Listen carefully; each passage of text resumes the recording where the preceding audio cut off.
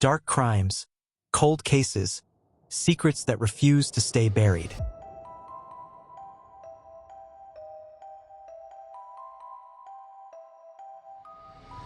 On a cold February day in 1957, deep in the woods of Philadelphia, a cardboard box lay abandoned among the trees. At first glance, it seemed like trash, nothing unusual for a dumping ground in the area. But inside this box was a discovery so horrifying, it would haunt investigators for decades. Wrapped in a thin blanket was the body of a little boy. He was malnourished, bruised, and alone. No one came forward to claim him. No missing child report matched his description. It was as if this child had simply never existed. The press would call him the boy in the box. To the police, he became known as America's unknown child. For more than 65 years, his identity remained one of the greatest mysteries in true crime history. But even when the truth finally came out, it only raised more questions. This is the heartbreaking story of the boy in the box. In February of 1957, a young man was walking through the quiet woods of Fox Chase, a neighborhood just outside Philadelphia. He was checking on animal traps he had set the day before. The woods were still, the ground cold and damp. He moved slowly, scanning the area. That's when he saw it. An old, discarded cardboard box lying near the brush. At first, it looked ordinary. Philadelphia was known for illegal dumping at the time, and the woods were often littered with trash. But something about this box caught his attention. It was large, heavy, and out of place. Curious, he stepped closer, bent down, and carefully pried it open. Inside, he made a discovery so chilling that it would haunt him for the rest of his life. Wrapped in a thin, cheap plaid blanket was the body of a little boy. He was naked, malnourished, and badly bruised. His hair had been crudely cut, uneven, with clumps of it still stuck to his body as if it had been cut after death. His eyes were closed. His face was battered. He looked so small, no older than 6 or 7. The man who found him was horrified, but instead of immediately calling the police, he quietly left. Some say he was afraid to reveal his illegal trapping. Others believe he was simply too shaken by what he had seen.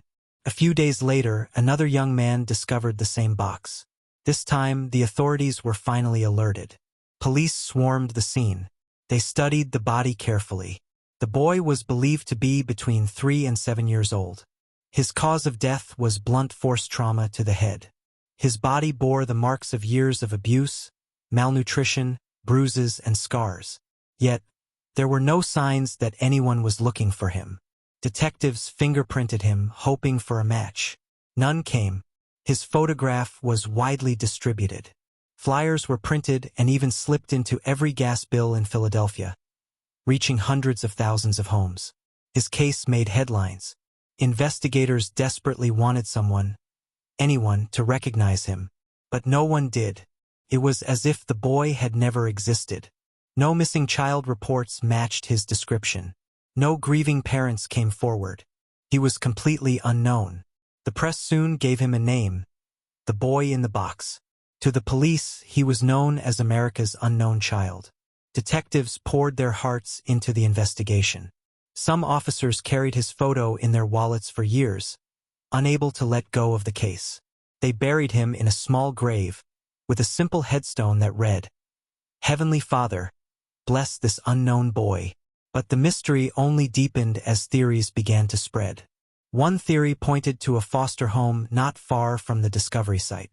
The home had bassinets similar to the one sold in boxes identical to the one the boy was found in.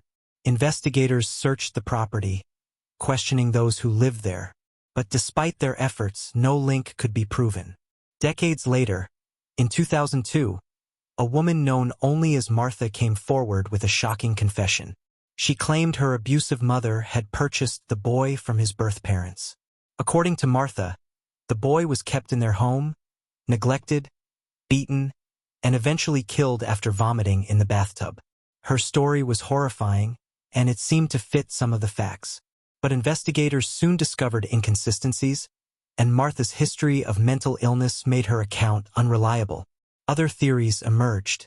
Some speculated the boy had been the child of carnival workers, abandoned as they moved from town to town. Others believed he was the victim of human trafficking, or perhaps the unwanted child of parents who wanted to erase his existence. None of these theories ever gained solid evidence. Years turned into decades. Detectives retired, but they never forgot. Generations of police officers revisited the case, hoping new technology would bring answers. Still, the boy remained nameless. For 65 years, his grave bore the words America's unknown child.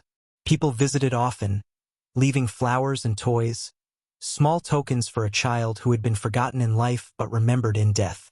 Then, in 2019, hope returned. With the rise of forensic genealogy, investigators began to use DNA testing to solve cold cases once thought impossible. The boy's remains were exhumed, and his DNA was carefully analyzed. Finally, in late 2022, Philadelphia police made an announcement that shocked the nation. After decades of mystery, the boy in the box had a name. He was Joseph Augustus Zarelli, born on January 13, 1953. He was just 4 years old when he died. Joseph's parents were identified, though both have since passed away. Investigators did not reveal much about them, nor about his surviving relatives, but they made one thing clear. Someone still alive knows what happened to Joseph. And yet, even with his name restored, the most important question remains unanswered. Who killed Joseph, and why? The case, though partially solved, is still open. Investigators believe there are people out there who know the truth. People who may have stayed silent for decades. For over 60 years, Joseph was simply the boy in the box. He was a symbol of lost innocence, a child without a name. But now he has his identity back. He is no longer unknown. He is Joseph Augustus Zarelli. But his story isn't over. Until the day his killer is brought to justice, the haunting mystery of the boy in the box will continue to echo through time. Joseph Zarelli's case reminds us that even after decades, the truth can still come to light. But his story is just one of many chilling mysteries still unsolved. If you want to hear more stories like this one, don't forget to subscribe and turn on notifications. It helps us bring more forgotten cases back into the spotlight. What do you think really happened to Joseph? Let us know your theory in the comments below. And if you're ready for another case that will keep you up at night, click the video on your screen now. Until next time, stay curious and stay safe.